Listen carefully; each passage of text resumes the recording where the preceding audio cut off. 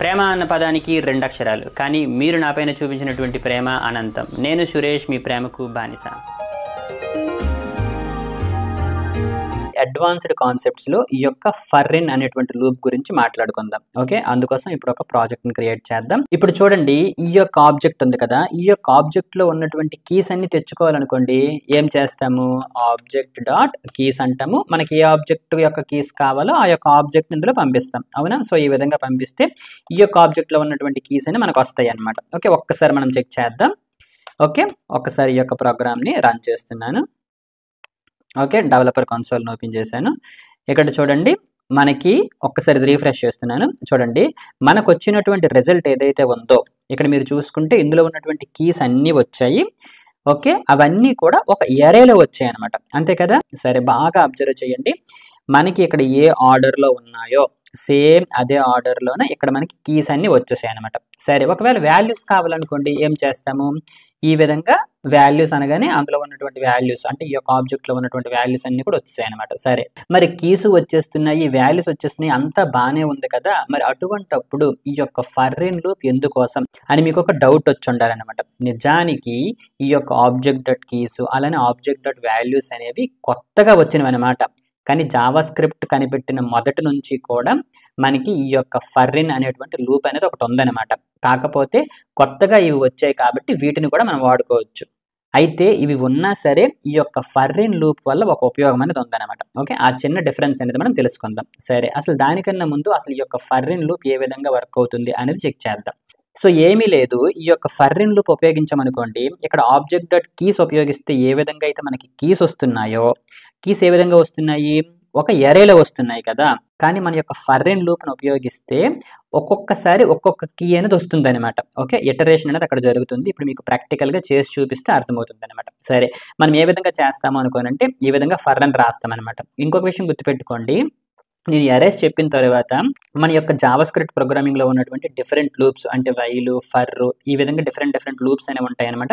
వాటి గురించి మాట్లాడతాను. కాకపోతే మన యొక్క ఆబ్జెక్ట్కు సంబంధించి ప్రాపర్టీస్ని ఇటరేట్ చేయడానికి మనం ఫర్రిన్ వాడుతుంటాం అనమాట. అందుకోసం అది ఇక్కడ మీకు చెప్తున్నాను. ఓకే, సో ఇక్కడ ఏమీ లేదు, మనం ఏదైతే ఆబ్జెక్ట్లో ఉన్నటువంటి ప్రాపర్టీస్ని యాక్సెస్ చేయాలనుకుంటున్నామో ఫస్ట్ ఆ యొక్క ఆబ్జెక్ట్ అనేది పెడతామన్నమాట. ఓకే, ఆ యొక్క ఆబ్జెక్ట్ నేమ్ ఏంటి? స్టూడెంట్. సో స్టూడెంట్ అని పెట్టాను అనమాట. ఇప్పుడు ఈ యొక్క ఆబ్జెక్ట్లో ఉన్నటువంటిది, సో కాబట్టి ఏమని రాశాను అనుకుంటే ఇన్ అని రాశాను అనుకుంటా. అంటే ఈ యొక్క ఆబ్జెక్ట్లో ఉన్నది నేను తీసుకుంటున్నాను అని చెప్పడానికి అనమాట. మరి ఏం తీసుకుంటాము? అసలు ఈ యొక్క ఫర్రిన్ లూప్ ఏమి ఇస్తుంది అనుకోనంటే కీని ఇస్తుంది అనమాట. ఓకే, ఈ యొక్క ఆబ్జెక్ట్లో ఉన్నటువంటి కీని ఇస్తుంది అనమాట. అంటే ఫస్ట్ టైము నేమ్ ఇస్తుంది, తర్వాత ఫోన్ ఇస్తుంది, తర్వాత అడ్రస్ ఇస్తుంది అనమాట. సో ఈ విధంగా ఒక్కొక్క ఇటరేషన్లో ఒక్కొక్క కీ ఇస్తుంది అనమాట. సో ఈ విధంగా మనకు వచ్చినటువంటి కీని ఒక వేరియబుల్లో పెట్టుకోవాలి కాబట్టి ఈ విధంగా లెట్ అని పెట్టుకున్నాను అనమాట. ఇక్కడ మీరు కాన్స్టెంట్ అని కూడా పెట్టుకోవచ్చు, మీ ఇష్టం ఏదైనా పెట్టుకోవచ్చు. ఓకేనా? సరే, ఇప్పుడు నేను ఈ విధంగా ఓపెన్ చేశాను అనమాట. Okay, bracket open, bracket close చేశాను కదా. ఇక్కడ నిజానికి ఏం జరుగుతుంది అనుకోనంటే ఈ యొక్క స్టూడెంట్ ఆబ్జెక్ట్లో ఉన్నటువంటి ఒక్కొక్క కీ ఒక్కొక్క ఇటరేషన్కి నాకు వస్తుంది అనమాట. ఓకే, ఇక్కడ మీకు కన్సోల్ డాట్ లాగ్ చేస్తే అర్థమవుతుంది. ఓకే, ఇప్పుడు ఏం చేస్తున్నాను అనుకోనంటే ఇక్కడ చూడండి, ఇక్కడ కీస్ రాశాను అనమాట. సో ఈ యొక్క ఆబ్జెక్ట్ డాట్ కీస్ ఏమిస్తుంది అనుకోనంటే ఈ యొక్క ఆబ్జెక్ట్లో ఉన్నటువంటి అన్ని కీస్ని ఒక ఎరే రూపంలో ఇచ్చేస్తుంది. కానీ ఈ యొక్క ఫర్రిన్ లూప్ అలా కాదనమాట, ఒక్కొక్క ఇటరేషన్లో ఒక్కొక్క కీని నాకు ఇస్తుంది అనమాట. ఓకే, ఇప్పుడు మీరు చూస్తే మీకు అర్థమవుతుంది. సరే, ఇక్కడ ప్రాబ్లం ఏంటి? ఆబ్జెక్ట్ డాట్ కీ కదా, ఇక్కడ కీస్ అని రాయాలన్నమాట. ఓకే, ఇప్పుడు చూడండి, ఈ యొక్క ఆబ్జెక్ట్ డాట్ కీస్ అనేది నాకు డైరెక్ట్గా ఒక ఎరేలో కీస్ అన్ని ఇచ్చేసింది అనమాట. కానీ ఫర్రిన్ లూప్ అలా కాదు అనమాట, ఒక్కొక్క ఇటరేషన్లో ఆ యొక్క కీ నాకు ఇస్తుంది అనమాట. చూసారా, నేమ్, ఫోన్, అడ్రస్. సో ఈ విధంగా ఇవ్వడం వల్ల మనం ఏం చేసుకోవచ్చు అనుకోనంటే ఈ యొక్క కీని ఉపయోగించి మన యొక్క ఆబ్జెక్ట్లో ఉన్నటువంటి ఈ యొక్క వాల్యూస్ని తెచ్చుకోవచ్చు అనమాట. సో ఏ విధంగా తెచ్చుకుంటాము? మనకి కీ తెలిసిందనుకోండి, ఏ విధంగా రాస్తాము? ఈ యొక్క ఆబ్జెక్ట్లో ఉన్నటువంటి ఈ యొక్క కీ కావాలి అని చెప్పేసి ఈ విధంగా రాసుకోవచ్చు, అంతే కదా. ఇప్పుడు చూడండి, నాకు ఆ కీస్ని బట్టి వాల్యూస్ అనేవి వచ్చాయి అనమాట. సో ఇప్పుడు మీకు అర్థమవుతుంది కదా ఫర్రిన్ లూప్ యొక్క ఉపయోగం అనేది.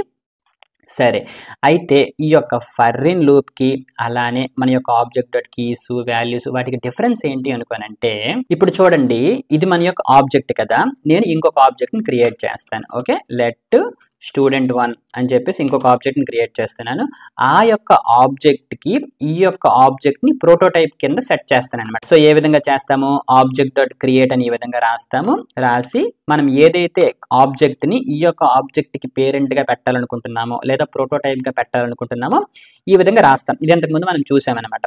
ఓకే, సరే ఇప్పుడు నేను ఏం చేస్తున్నాను అనుకుంటే నాకు కొత్తగా వచ్చినటువంటి ఈ యొక్క స్టూడెంట్ 1 అన్నటువంటి ఆబ్జెక్ట్లోకి ఇంకా కొత్త ప్రాపర్టీస్ని యాడ్ చేస్తున్నాను అనమాట. ఫర్ ఎగ్జాంపుల్ మార్క్స్ అని చెప్పేసి ఇంకొక ప్రాపర్టీని యాడ్ చేశాను అనమాట.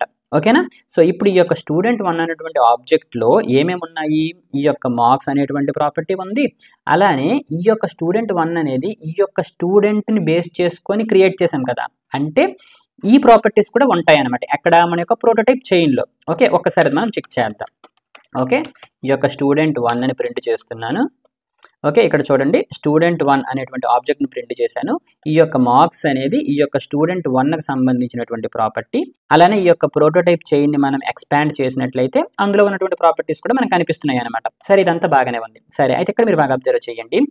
ఆబ్జెక్ట్ డాట్ కీస్ అని చెప్పేసి ఇక్కడ నేను ఇప్పుడు స్టూడెంట్ 1 అని కాల్ చేశాను అనమాట. సో ఇప్పుడు ఏం జరుగుతుంది అనేది చూద్దాం. చూసారా, కేవలం మార్క్స్ అనేది వచ్చింది అనమాట. కేవలం మార్క్స్ అనేది ఎందుకు వచ్చింది అనుకోనంటే ఆబ్జెక్ట్ డాట్ కీస్ అనేటువంటి మెథడ్ ఏం చేస్తుంది అనుకోనంటే మనం పంపించినటువంటి ఆబ్జెక్ట్లో ఉన్నటువంటి ఓన్ ప్రాపర్టీస్. అంటే ఇప్పుడు చూడండి ఈ యొక్క ఆబ్జెక్ట్కి సంబంధించినటువంటి ప్రాపర్టీస్ ఏంటి, మార్క్స్ ఒక్కటే, అంతే కదా. ఈ యొక్క మార్క్స్ ఒక్కటే ఈ యొక్క స్టూడెంట్ 1 ఆబ్జెక్ట్కి సంబంధించినవి. కాకపోతే ఈ యొక్క స్టూడెంట్ 1 అనేది ఈ యొక్క స్టూడెంట్ని ప్రోటోటైప్ కింద సెట్ చేసి క్రియేట్ చేసామన్నమాట. అంటే ఇక్కడ దీన్ని ఎక్స్పాండ్ చేసినప్పుడు ఇవి ఉన్నాయి.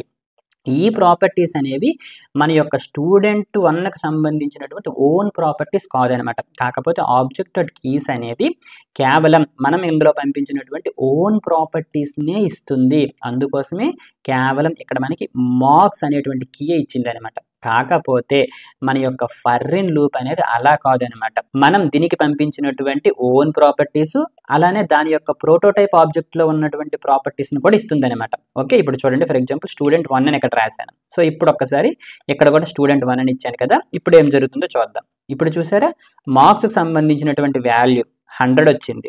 అలానే మిగతా వాటికి సంబంధించినటువంటి వాల్యూలు అంటే ఈ యొక్క ఆబ్జెక్ట్కి సంబంధించినటువంటి ప్రోటోటైప్ ఆబ్జెక్ట్ ఏదైతే ఉందో అవి కూడా నాకు వచ్చాయి అనమాట.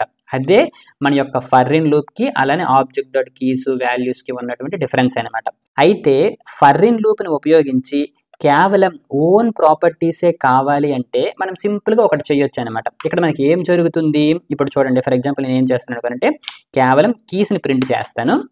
ఓకే, ఇక్కడ మనకి ఏం జరుగుతుంది, మన యొక్క ఆబ్జెక్ట్లో ఉన్నటువంటి ఓన్ ప్రాపర్టీ అయినటువంటి మార్క్స్ వచ్చింది.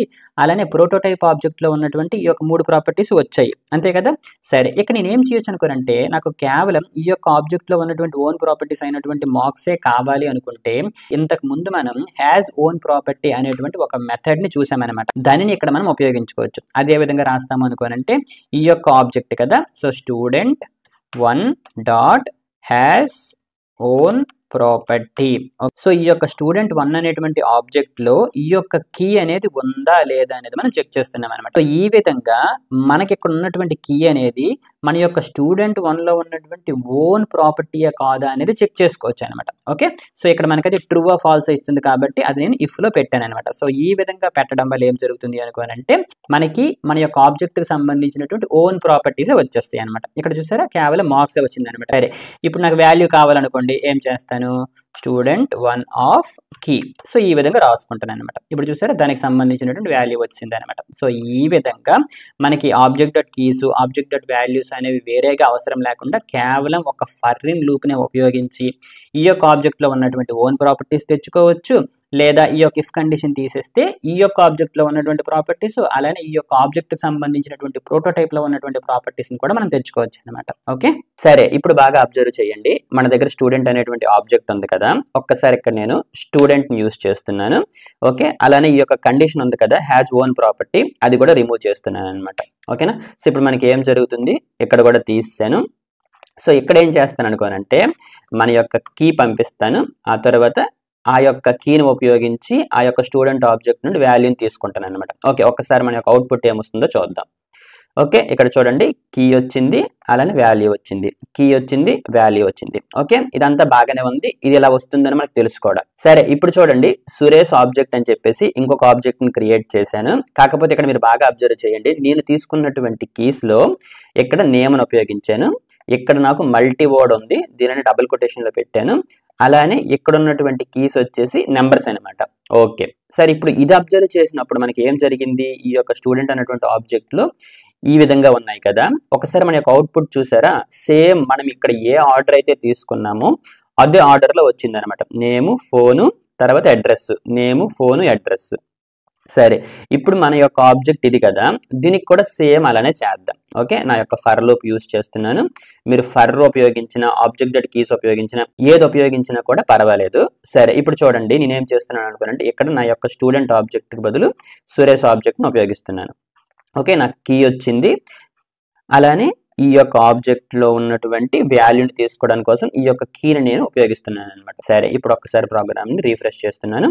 ఇప్పుడు అబ్జర్వ్ చేయండి, మన యొక్క ఆబ్జెక్ట్ యొక్క ఆర్డర్ ఏమని ఉంది, ఫస్ట్ నేమ్ ఉంది, తర్వాత ఛానల్ నేమ్ ఉంది, ఈ విధంగా ఉంది కదా. కానీ ఎక్కడ అబ్జర్వ్ చేయండి, ఫస్ట్ మనకి 1 వచ్చింది, ఇక్కడ చూసారా ఫస్ట్ 1 వచ్చింది, హరీష్ ప్రింట్ అయ్యింది, ఆ తర్వాత 3 వచ్చింది. ఓకే, చూసారా ఇక్కడికి వచ్చింది అనమాట. అంటే మీరు బాగా అబ్జర్వ్ చేస్తే మన యొక్క ఆబ్జెక్ట్ లో ఉన్నటువంటి ప్రాపర్టీస్ ని యాక్సెస్ చేస్తున్నప్పుడు ఇటువంటి లూప్స్, ఫర్ లూప్ అవ్వచ్చు, లేదనుకోనంటే మన యొక్క ఆబ్జెక్ట్ డాట్ కీస్ ఉపయోగించినా సరే ఇవి మనకి ఆర్డర్ లో రావడం లేదనమాట.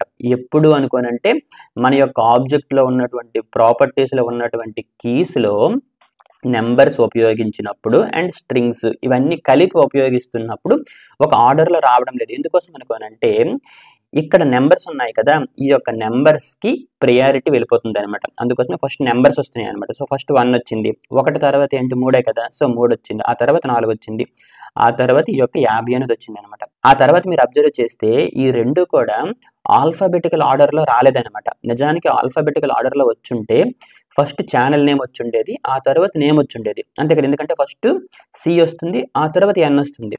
కానీ ఈ రెండు మనం క్రియేట్ చేసినటువంటి క్రియేషన్ ఆర్డర్ ప్రకారం వచ్చాయి అనమాట. ఫస్ట్ నేమ్ ఇచ్చాం కాబట్టి ఫస్ట్ నేమ్ వచ్చింది, సెకండ్ ఛానల్ నేమ్ ఇచ్చాను కాబట్టి ఛానల్ నేమ్ వచ్చింది అనమాట. కాకపోతే వీటన్నింటికన్నా ముందు ఫస్ట్ మనకి నెంబర్స్ అనేవి వచ్చేస్తున్నాయి అనమాట. అంతెందుకు, ఇప్పుడు నేను ఆబ్జెక్ట్ డాట్ కీస్ ని ఉపయోగిస్తాను. చూడండి, object dot keys of Suresh object. Okay, ఇక్కడ మీరు అబ్జర్వ్ చేసారా, ఈ యొక్క కీస్ కూడా చూసారా మనం ఇచ్చినటువంటి ఆర్డర్ లో రాలేదనమాట. ఫస్ట్ మనకి నెంబర్ కీసే వచ్చేసాయి. సో క్లియర్ గా మీకు ఇక్కడ అర్థం అవ్వాల్సింది ఏంటి అనుకోనంటే ఆబ్జెక్ట్స్ అనేవి అన్ఆర్డర్డ్ అనమాట, కానీ ఎరేస్ వచ్చేసి ఆర్డర్డ్ కలెక్షన్ ఆఫ్ వాల్యూస్ అనమాట. అందుకోసమే మన దగ్గర ఉన్నటువంటి వాల్యూస్ ని మనం క్రియేట్ చేసినటువంటి ఆర్డర్ లోనే కావాలి అనుకున్నప్పుడు మనం ఎరేస్ ని ఉపయోగించుకుంటాం అనమాట. అయితే ఎరేస్ కి సంబంధించినటువంటి అది ఒక్క పర్పజే కాదు, చాలా రకాలైనటువంటి ఉపయోగాలు ఉంటాయి. వాటన్నిటి గురించి తర్వాత మాట్లాడుకుందాం. బట్ ఇప్పుడైతే మీరు గుర్తుపెట్టుకోండి, objects are unordered collection of key value pairs అనమాట. సరే, ఫైనల్ గా ఒక్కసారి ఈ యొక్క డిఫరెన్సెస్ చూద్దాం.